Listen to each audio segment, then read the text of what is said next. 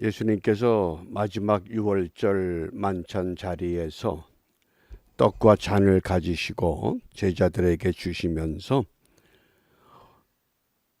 잔을 가리켜서 언약의 피라고 말씀하십니다. 그런데 떡은 언약의 떡이라고 하질 않습니다. 똑같은 걸 사용하시는데 왜 잔은 언약의 피가 되고 떡은 그냥 떡이었을까?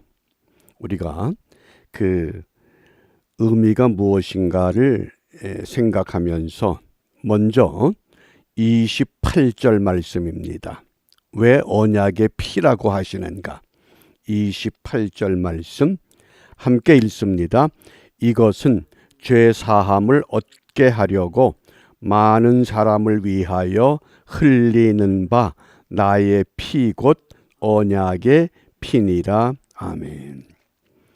이 언약의 피가 무엇을 뜻하느냐? 죄 사함이라고 하는 겁니다. 피가 죄 사함과 연관이 있습니다.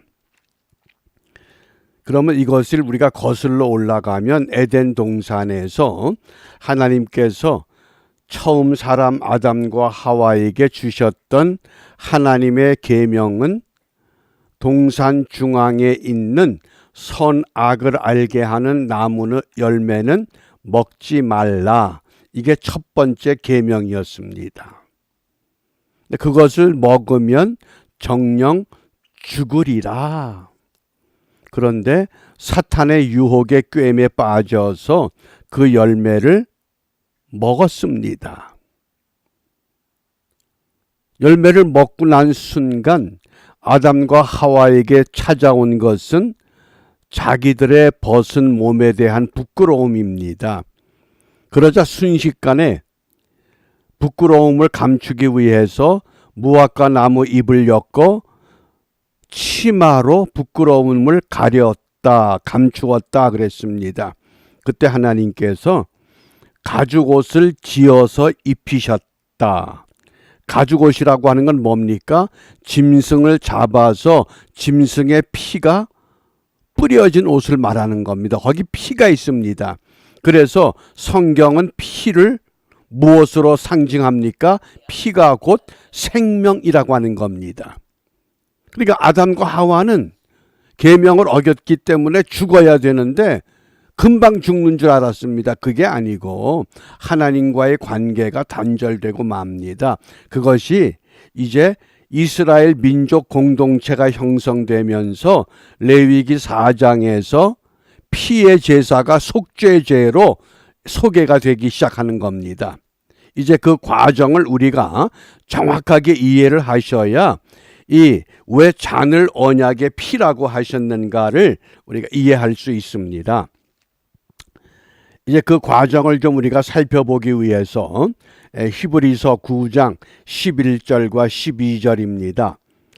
그리스도께서 장래 좋은 일에 대제사장으로 오사.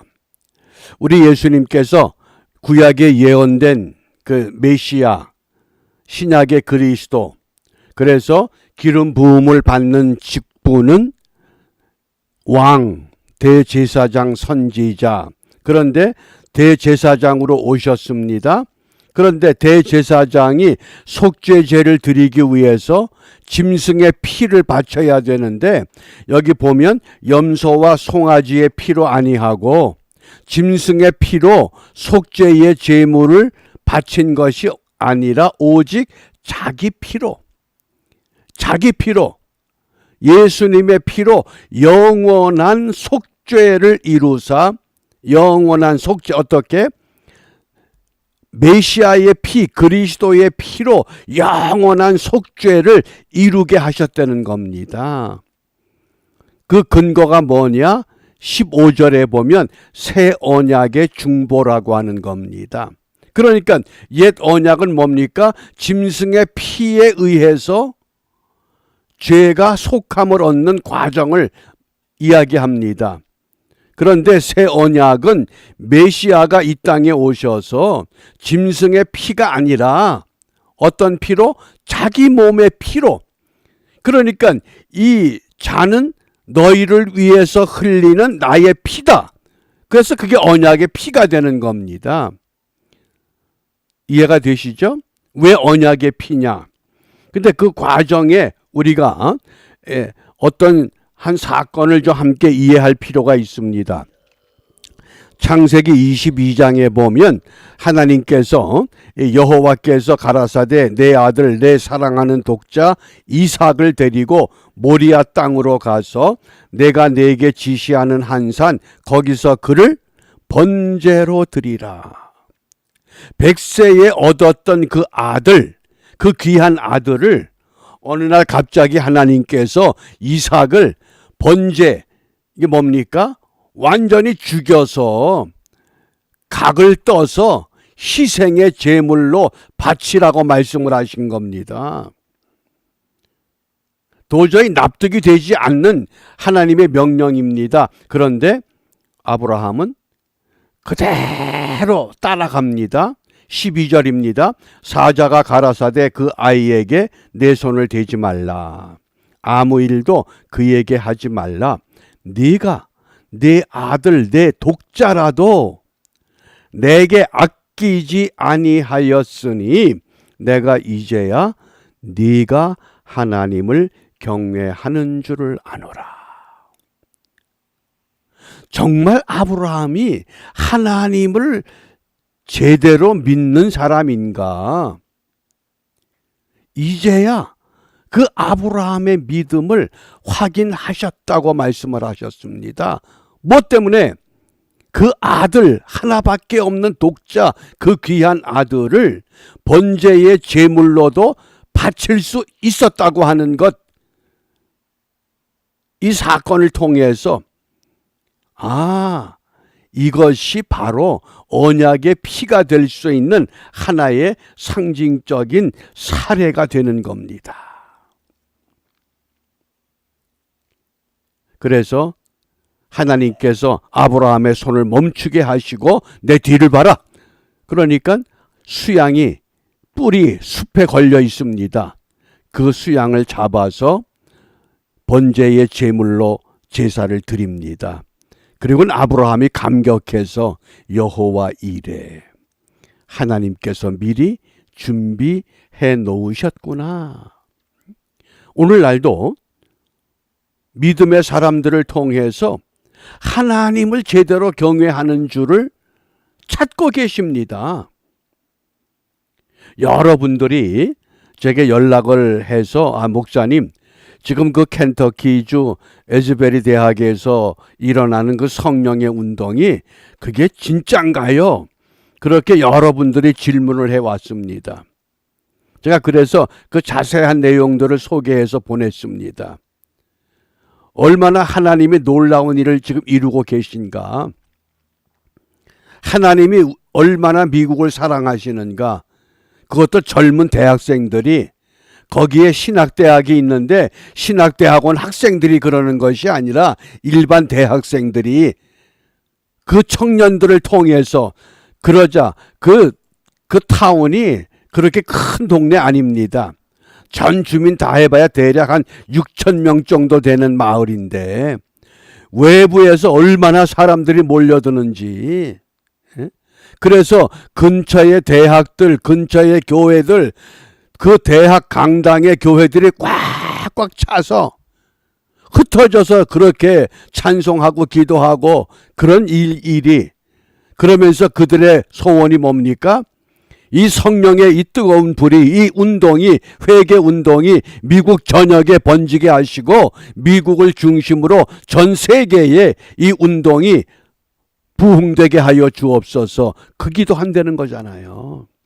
왜? 하나님을 경외하는 사람들을 지금 찾고 있습니다. 이렇게 언약의 피라고 하는 것, 그 에덴 동산에서부터 시작해가지고 지금 오늘 예수님이 6월절 만찬에서 사랑하는 제자들에게 이제 곧 십자가에 못 박히실 그 중한 고통을 앞에 놓으시고, 이것이 언약의 피다. 무엇 때문에? 죄 사함을 얻게 한다는 겁니다. 그래서 언약의 피라고 하는 이 용어가 출애굽기 24장에서 처음 사용이 됐습니다. 24장 8절입니다. 이 말씀을 함께 읽습니다. 모세가 그 피를 취하여 백성에게 뿌려 가로되 이는 여호와께서 이 모든 말씀에 대하여 너희와 세우신 언약의 피니라. 이때 언약의 피는 무엇을 말씀하느냐? 출애굽기가 뭡니까? 1장에서부터 18장까지는 애굽에서 이스라엘 백성들이 약속의 땅을 향해서 나온 그 여정을 소개했습니다.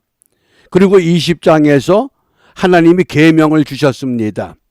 그 계명에 대한 것들을 앞으로 이렇게 지켜야 된다. 그리고 24장에서 모세를 하나님께서 부르셨습니다. 그리고 언약서를 주신 겁니다. 하나님께서 모세에게 언약서를 주셨는데 그 언약서가 뭡니까? 하나님과 모세를 통해서 하나님의 백성들 사이에 언약이 이루어졌다고 하는 말씀입니다. 요즘으로 말하면 우리가 갖고 있는 구약과 신약의 이 하나님의 말씀, 거룩한 말씀입니다. 그런데 모세가 그 언약의 말씀을 받고서 백성들에게 그 언약의 말씀을 읽어줍니다. 그러니까 백성들은 어떡합니까? 우리가 말씀대로 준행하겠습니다. 말씀대로 준행하겠습니다. 그때 모세는 번제와 화목제를 드립니다. 그래서 그 번제 화목제의 짐승의 피를 양푼에 받아가지고 반은 단에 뿌리고 그 반을 가지고서 이제 이 백성들을 향해서 약속하는 겁니다. 이게 언약의 피다.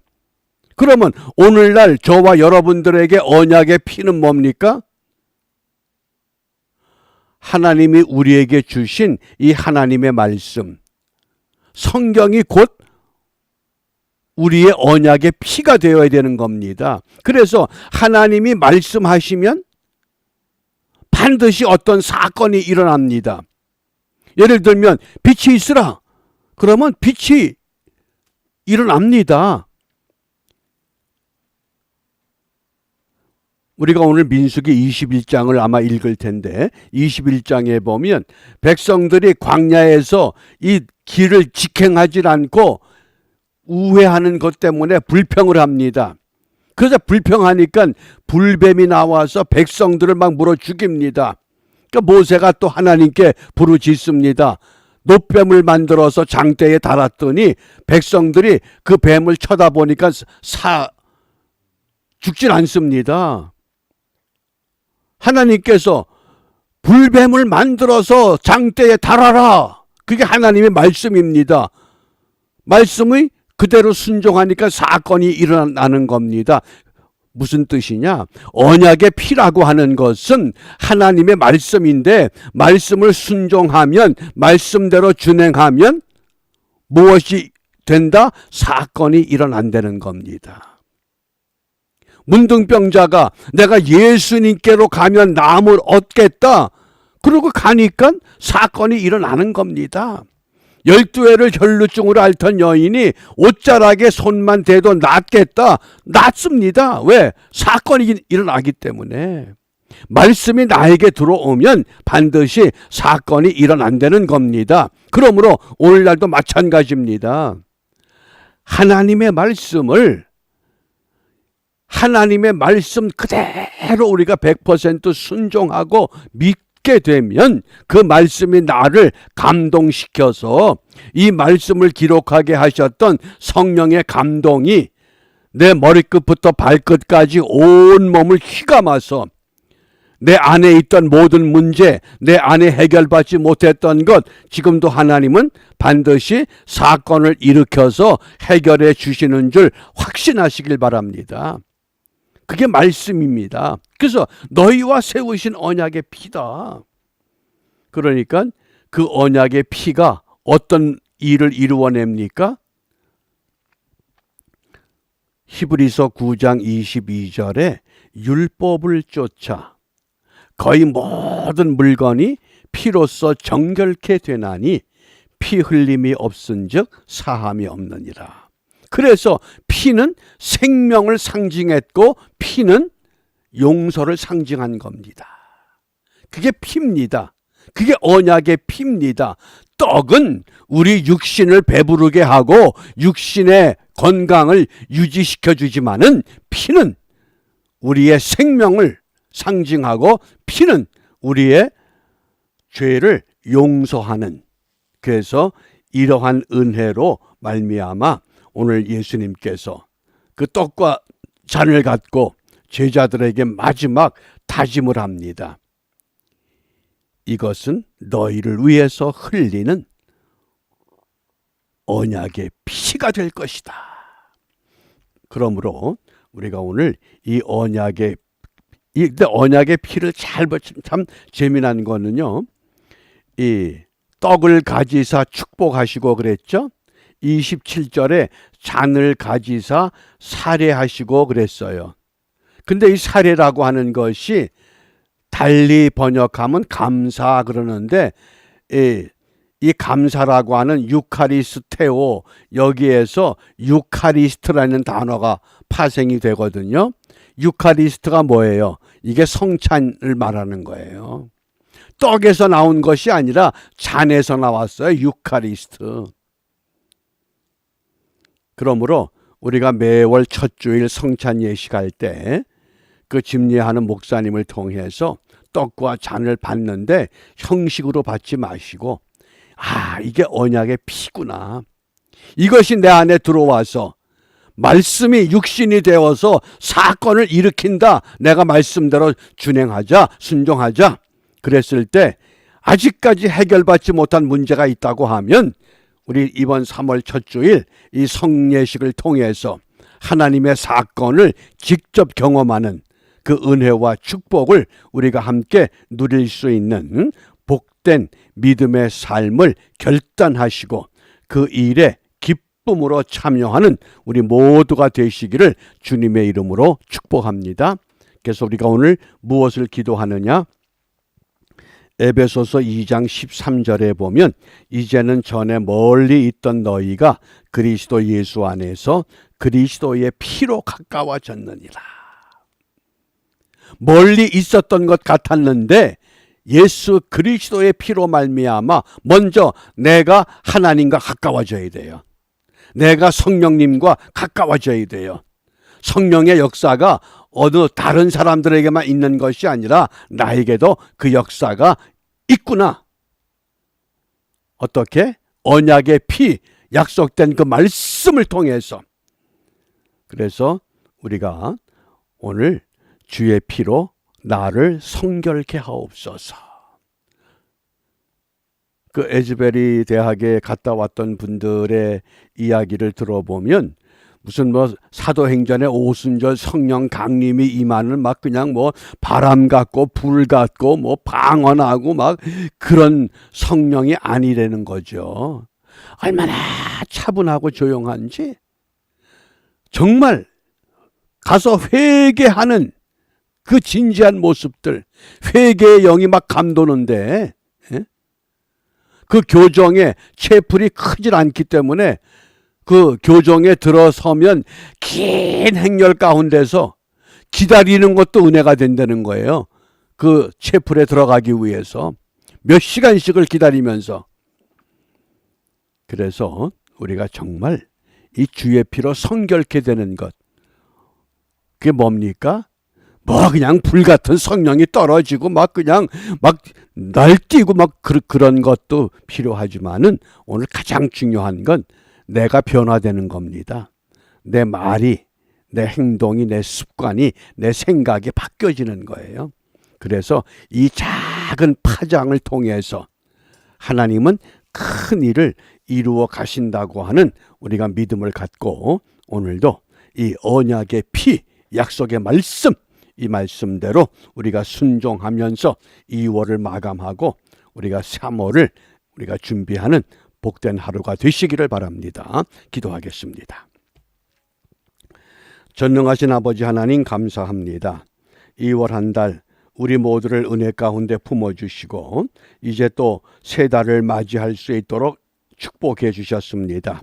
비옵기는 매일매일의 삶이 다람쥐가 쳇바퀴 도는 반복된 삶이 아니라 매일매일 우리의 삶을 통해서 하나님이 나와 좀 더 가까워지는 은혜를 경험하게 하시고, 이러한 경험을 통하여 이전에 깨닫지 못했던 말씀 깨닫게 하시고, 이전에 경험하지 못했던 은혜로운 세계를 경험하게 하시고, 이전에 누리지 못했던 하나님의 은총을 누리면서 이전보다 주님 사랑하는 일에 앞장서 가는 우리 모두 되게 하시고, 켄터키주 에즈베리 대학의 그 놀라운 성령의 부흥의 불길이 미국 전역에 번져나가게 하시고, 전 세계를 향해서 다시 한번 하나님의 부흥이 불릴듯 일어나 마지막 때를 살아가는 이 땅의 사람들에게 하나님의 강력한 성령의 바람을, 성령의 불길을, 성령의 이슬을 함께 경험하는 복된 날이 속히 임하도록 인도하여 주시옵소서.